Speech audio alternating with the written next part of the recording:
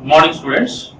So, in lecture 6, so in yesterday's class, we discussed that how the thick film is going to form in the hydrodynamic journal bearings, as well as we have also seen that how the coefficient of friction is varies with respect to the various working parameters. That is what absolute viscosity, and then speed of the journal, and then pressure, bearing pressure of the journal. So how it is going to affect, we have seen by using the Stryber curve, that is the test results obtained from Mecke's test results, that is the Mecke's friction test. So again, once again, we can see the curve, so what you discussed in the earlier class. So this is the curve given by the Mecke's test results. So initially, so that can the journal at rest condition, the initial friction is very much high. So why? Because there is a direct metal to metal contact, so that the amount of friction is very much high. So it can starts rotating at slower speeds. So gradually it forms a thin layer of lubricant. So that but the thin layer is not sustained by the application of the load, so that it may tends to fail. So which is not a desired condition, and that type of lubrication we call it as thin film or boundary lubrication, and it is a unstable condition. And again, so that the friction, the amount of friction is going to decrease. It shows that. So and then the curve is gradually increases from the point Q. So that is where the bearing can obtain the hydrodynamic, that is a thick film lubrication by means of wedging action between the surface of bearing and the moving machine component. So this is the desired condition of the bearing to operate, that is from P to Q. So it is the bearing can operating in stable region. So the every designer has to think that the bearing should operate in the region of P to Q, so that the bearing characteristic number should operate between these region. So we can also see that the minimum value of friction obtained upon the curve of Zn by P value, we call it as the bearing modulus, that is denoted by K. So the minimum value of that is the value of bearing characteristic number at where the minimum value of friction is obtained, that is where it is point A. So and these value we call it as the bearing modulus denoted by K. We are also seeing that the bearing modulus should be kept 3 to 5 times for steady loads, and bearing modulus should be kept 50 times of bearing characteristic number for heavy loads. So why? Because so in between the P to Q, so we've seen that so the bearing should have a self-adjusting mechanism, so it can operate between the two operating points with respect to the change in any of the working parameter between the any of the components, so that it can affect the coefficient of friction. That is what we discussed in earlier class by using the Stryber curve, Mecke's test results. So now let us go to the design procedure, how the design of journal bearing is going to take place. So here the design of journal bearing is done by means of the two methods. So here we are having the two methods. One is Hersey method, and another one is by using the A.K. Raimondi and J. Boyd graphs. So here in Hersey method, MD Hersey method, so the method can use the Mecke's test results. The coefficient of friction can be calculated by means of Mecke's test results, and the heat generated and heat dissipated. So and coming to the Raimondi and Boyd method, in which by using of dimensionless number of Sommerfeld, that we call it as S, so as well as the various dimensionless parameters like oil flow ratio and heat ratio and pressure ratios, using that is minimum oil film thickness ratio. By using these ratios, we can calculate the various dimensions. That is the second method. So we can stress upon some little bit of stress we can keep upon this first method, that is Hersey method, MD Hersey method, that is using the Mecke's test results, using the coefficient of friction can be obtained using the Mecke's test results. So we can also go into discuss how the design is carried out using the Raimondi and Boyd. So now in this class we are going to discuss how the design can be carried out for the journal bearing by using the Mecke's test results equations.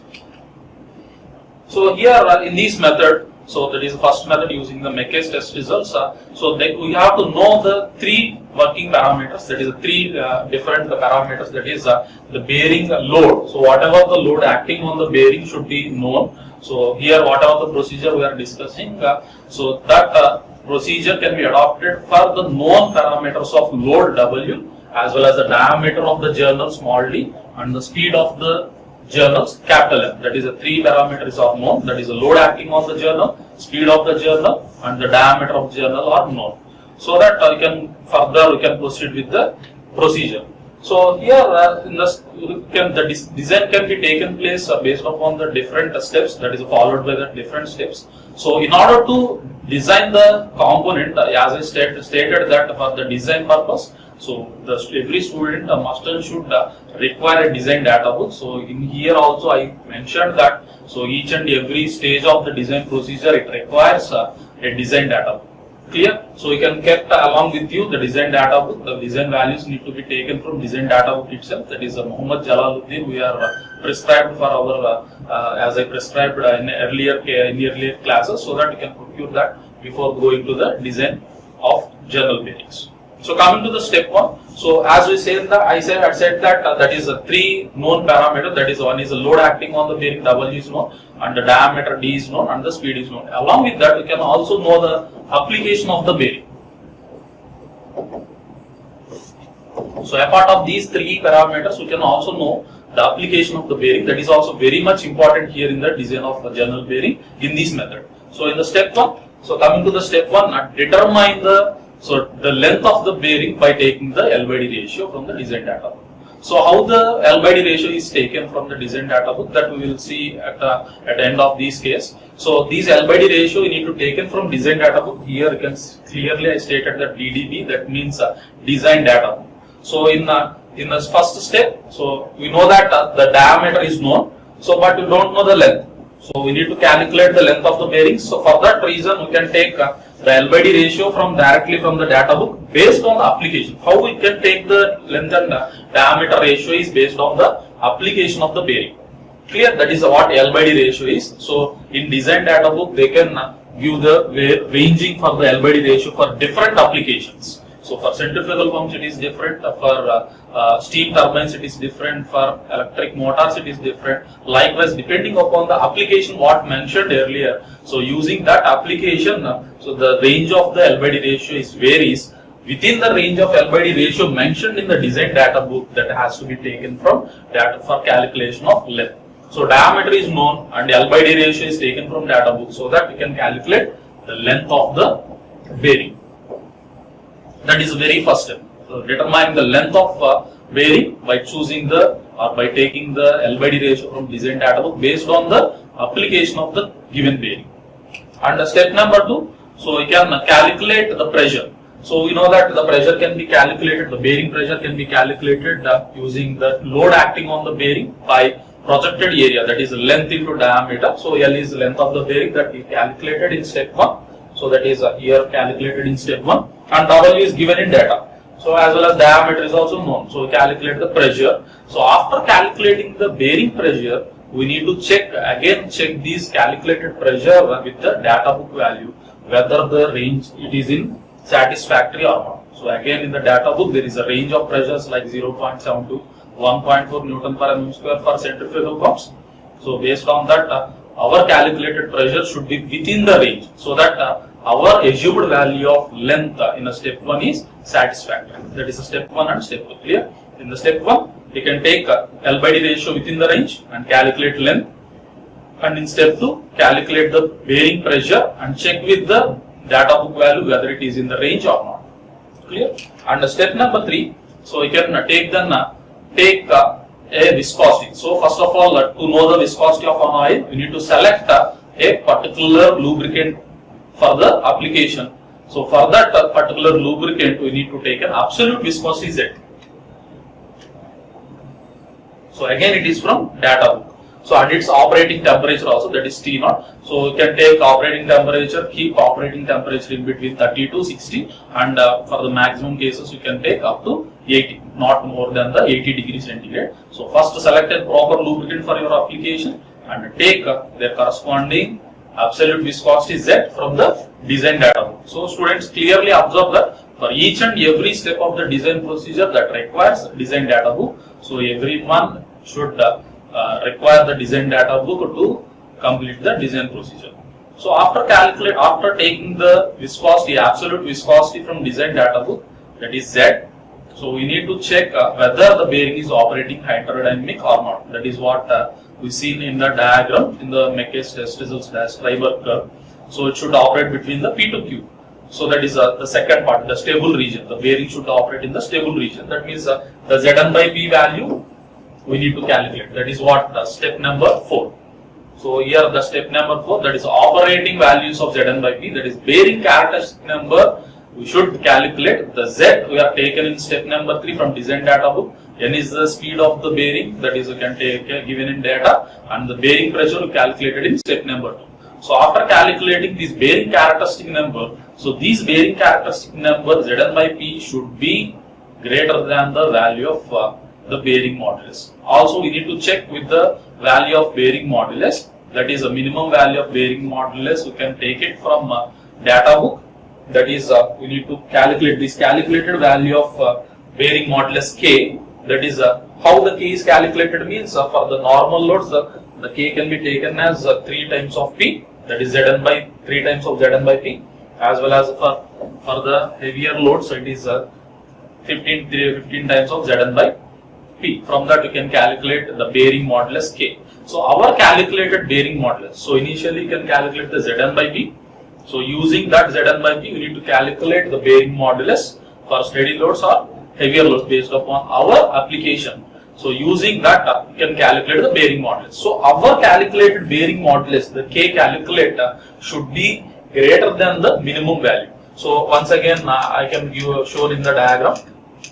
So here you can see, so our calculated bearing modulus should always, the minimum bearing modulus is at here, this is the position of the minimum value of Zn by P, that is K minimum. So our calculated K, that is bearing modulus, should always above this region. So from this here to in this region the bearing should operate. So that indicates that the bearing is operating in stable region, which is that indicates it is operating in hydrodynamic lubrication stage, that is forming operating under thick film. Clear? So we need to check in the step number 4 we need to check whether the bearing is operating in a thick film or not by knowing the calculated bearing modulus K should be greater than the minimum value of bearing modulus, and then only the bearing is operating in hydrodynamic state, which is a desired condition of the bearing. The bearing should, our designed bearing should always operate in thick film condition. Thin film condition is not desired. So only the desired condition of bearing to operate is thick film condition. Clear? So we need to check whether it is operating in thick film by calculating the bearing modulus, that is a minimum calculated bearing modulus should always greater than the minimum bearing modulus. Then only it is operating in hydrodynamic condition. If it is not, again you go with the change of length, that is from, again you can repeat the procedure from step 1. So if it is satisfied, you can go with the step number 5. So what is step number 5 is, that is we need to take the value of diameter clearance ratio C by D from design data book. Again it is from design data book, that is a ratio of C by D. So what we know that what is C by D means, that is diametral clearance ratio C by D. You can directly take it from data book based on the given application. And step number 5, we need to calculate the coefficient of friction, that is the amount of friction that generates between the surfaces based upon our assumed values of length as well as assumed values of viscosity and the calculated values of bearing characteristic number. We need to calculate the coefficient of friction using the Mecker's equation, and this equation we call it as Mecker's equation.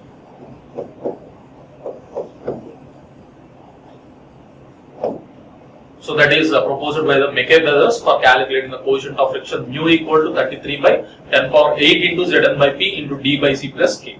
So where Zn by P we know that is a bearing characteristic number and D by C is the reciprocal of diameter clearance ratio, and what is the K means here, the K is not a bearing modulus, it is a small k. So don't confuse with the K. So earlier step it is a bearing modulus capital K, and here it is K is a side flow correction factor. Here the K is a factor, that is correction factor for side leakage, and it depends upon the length to diameter of the bearing, and it is taken as 0.002. That is not 2 for the L by D ratio ranging from 0.74 to 2.4. Clear? That is from for ratios of L by D. So that is small k, that is a side leakage factor, oil side leakage factor or correction factor for side leakage, you can take it as. By using this equation, you can calculate the coefficient of friction, that is the amount of friction that deliberated between the two surfaces. And coming to the step number 5, we need to calculate the amount. The next step, the amount of heat generated between the two surfaces due to the presence of friction of mu. So we calculated the amount of friction, but due to that friction, there is some amount of heat is going to be generated between the surfaces that needs to be calculated using this equation, that is a Qg equal to mu Wv. So what is Qg means? That is the amount of heat generated. So mu is already calculated using the Mecker's equation, and the W is the load acting on the bearing or the journal that is given in data, and V is the rubbing velocity that we can calculate V equal to pi dn by 60. So we need to calculate in terms of meters per second, that is water rubbing velocity. So we need to calculate the heat generated between the two surfaces, that is total heat generated Qg. So after that, we can also need to be calculate the amount of heat that has to be dissipated. That is, this is the amount of heat is generated between the surfaces, but the bearing should always need to dissipate the amount of heat that generated between the surfaces. If it is not dissipated, means then the bearing is going to cease. So depending upon the material as well as applications, we selected the material, and that material should always deliberate the heat from the inner operating surfaces to the atmospheric environments. So it is calculated using the relation again, that is Qg equal to, that is Qd equal to, heat dissipated. The Qd is given by C into A into Tb minus Ta. So where C is a heat dissipation coefficient or heat transfer coefficient, and A is the surface area. So again L into D can take it as, and Tb is bearing surface temperature, and Ta is atmospheric temperature. And C can be taken as a heat dissipation coefficient, can be ranging that based upon the working operating conditions. So if it is an normal air temp, that is still air conditions, it can be taken as 140 to 420 watt per meter square per degree centigrade. If it is in well ventilated condition, it can be taken as 490 to 1840 degree per that is 1400 watt per meter square degree centigrade. These are two conditions. If it is an unventilated condition, taken as 140 to 420. If it is an well ventilated condition, it can be taken as 490 to 1400 watt per meter square per degree centigrade. And A is the projected area. You know that is calculated by L into D. And Tb is the bearing surface temperature, and Ta is the atmospheric temperature. And these can also be calculated using this relation, half into T naught minus Ta. So what is T naught means? Again, that is operating temperature. You remember that at the step number 3, we have taken the operating temperature from design data book. So using that relation, we can calculate the Tb minus Ta value. So that the amount of heat dissipated from the surfaces to the atmosphere can be calculated. So after calculating the heat generated and heat dissipated, that is in the previous step and this step, heat, that is amount of heat generated and that is amount of heat dissipated. So we need to check whether the bearing is in the equilibrium condition or not. So what is the equilibrium condition? That is thermal equilibrium. So thermal equilibrium, which states that whatever the amount of heat generated should be dissipated to the atmospheric condition. So we need to check whether it is in thermal equilibrium or not, which means Qg is equal to Qd. So if it is not in the case of thermal equilibrium, it is not maintaining thermal equilibrium, we need to provide an artificial cooling. Clear? So we need to check whether it is in thermal equilibrium or not. That is, at least it should be equal to generated is equal to the heat dissipated. If it is not, we need to go with a change in design. So completely can change the design. Otherwise, we go with the artificial cooling. We need to provide an artificial cooling for the bearing. So the design process to be repeated is somewhat difficult. So that we need to we can go with the second alternative. That is, we are going to provide an artificial cooling here. So that is given by the amount of artificial cooling required is the difference of the heat dissipation to the heat generation. So that is what a heat is remained heat there, that is Qg minus Qd. So there is some amount of heat is dissipated, but it is not completely dissipated the heat generated. So whatever the leftover heat present between the two surfaces, that can be taken away by the artificial cooling that we are going to provide here by using the amount Qt is given by m into S delta T. So here that is what a simple equation in your thermodynamics. So heat transfer is given by mCp delta T. So here I can specify with S is the specific heat of oil, S is the mass of the oil required to remove the heat, and delta T is change in temperature of inlet to the outlet oil. So here that is the total amount of heat, that is the takeaway heat, that is what Qg minus Qd is equal to Qt. So that is Ms delta T. So M is the mass of oil required to provide the artificial cooling in kg per second, and S is the specific heat of oil that is taken ranging from 1840 to 2100 kilojoules or joules per kg per degree centigrade, and then delta T is the temperature difference between inlet and outlet of oil. So this is generally taken as 10 degrees centigrade. Clear? So this is how you can calculate the amount of artificial cooling required to remove the excess heat, that is the leftover heat between the two surfaces. Clear? So you can after that, so finding that you can also mention the type of oil required, and then the remaining dimensions based upon these values.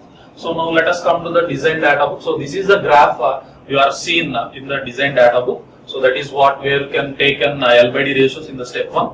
So I said that L by D ratio is taken from step 1, and C as well as Z, the value of Z we can take it from Z, that is data book, as well as the pressure can also be checked with the data book value, and then Zn by P, the minimum, the calculated Zn by P can also be checked with the minimum value of Zn by P, that is a bearing modulus. So likewise the data book is very much essential. This is how the table look like.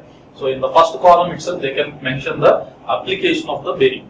So here it is stating that it is a machinery as well as the sub application. So in the stationary high speed or the steam engine, so if you observe here, this is the application, stationary high speed steam engine. In that again the main bearing is there, crank pin bearing is there, wrist pin bearing is there. For each of the application I have the different values here. So likewise the allowable bearing pressure for so here all the units we are mentioning in SI, so that we can consider only Newton per mm square and Newton second per meter square, as well as Zn by P minimum is also in Newton second per meter square in Newton per mm square. And finally this is the value of C by D and L by D ratio. So based upon the given application of the bearing, so in the problem, so we need to take the L by D ratio. For example, I can take stationary high speed steam engines, the corresponding the value of L by D is 1.5 to 3. So we can take the ratio range between these 1.5 to 3, that is it should not less than the 1.5 and it should not go beyond above the 3. So in between that we can take the value of L by D and calculate the length. So that is the step 1, and in the step 2 we need to check the pressure. The calculated pressure can be checked with the data book value. You can observe here the absolute bearing pressure is 1.5. So our calculated pressure should be 1.5. There is no range here, so it should match with the given data book value. Or for example, you can take this particular application, they given the range 3.5 to 12.5. So our calculated pressure should be within these range 3.5 to, that is it should not less than 3.5 or should not beyond, that is above 12.5 Newton per mm square. Like that you can check with the data book value of pressure. And then you can also check the Zn by P value. Using this you can calculate the K value, bearing modulus, minimum bearing modulus, and we can compare with the our calculated bearing modulus, so that the bearing should operate in hydrodynamic, as well as the C by D ratio is also given for each and every application, so that you can take the C by D. So this is the table which is very much important for doing the design of journal bearings. So this is continued, the table is continued up to this extent, up to the roll mill. So have different applications are given in data book.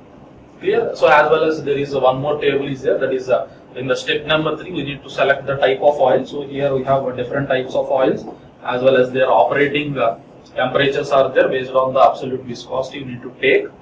Clear? So that is SA10, SA20, that is what Society of Automobile Engineers, so that viscosity of lubricant can be indicated using these values. With the increase of number, the viscosity is going to increase.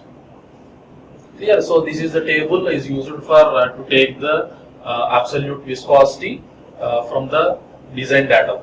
So this is you can you can get the clarification whenever we do the example problems in the next class by using the design procedure as well as the design data book. So all of you should keep with you these tables. So even if you don't have the total design data book, at least you must have these design values of the table. That is the table for design values for journal bearing. At least you must have these table. So this one as well as so this one. So that is absolute viscosity of commonly used lubricating oils. These two tables are very much important. So students, please keep with you these two tables. We can do the example problem in the very next class, so that we will get in some clarity how the design of journal bearing is to carry out. So now let us come to the summary. So what we discussed in this class, that we've seen so how the thick film by using the Streiber curve, that is in the next class we are discussing that. So in today's class we started with the design of journal bearing. That is only the thing.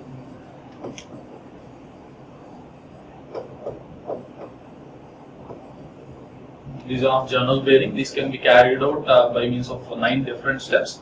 In the step number 1, we need to take that is known factors, or the load is known, as well as the diameter is known, and the speed of the journal is known. And apart of that, we can also know the application. So these are the known factors, that is known values for design. And in the first step, we need to take the LBD ratio from design data book. From that, we can calculate length.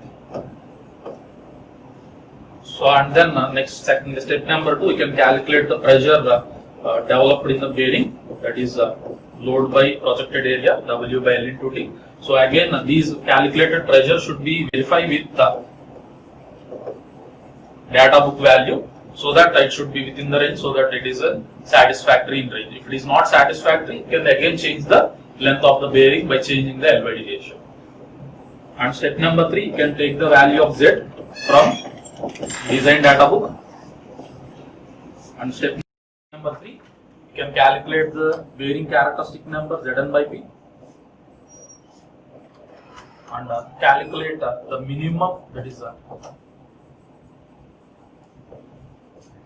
the bearing modulus K should be greater than a minimum value of bearing modulus from the design data book. Then it is should be operating hydrodynamic lubrication. And in step number 5, you can take the value of diameter clearance ratio C by D from design data book. So and then we can calculate values of coefficient of friction mu. So using the Mecke's equation, and heat generated Qg, so mu Wv, and heat dissipation Qd, so Ca into Tb minus Ta. And finally, you can check with whether it is in thermal equilibrium or not. If it is not the case, you can go with the providing the artificial cooling. So this is what the steps are carried out in the design of journal bearing. In the next class, you can go with the example problem, so that you will get some clarity upon the design.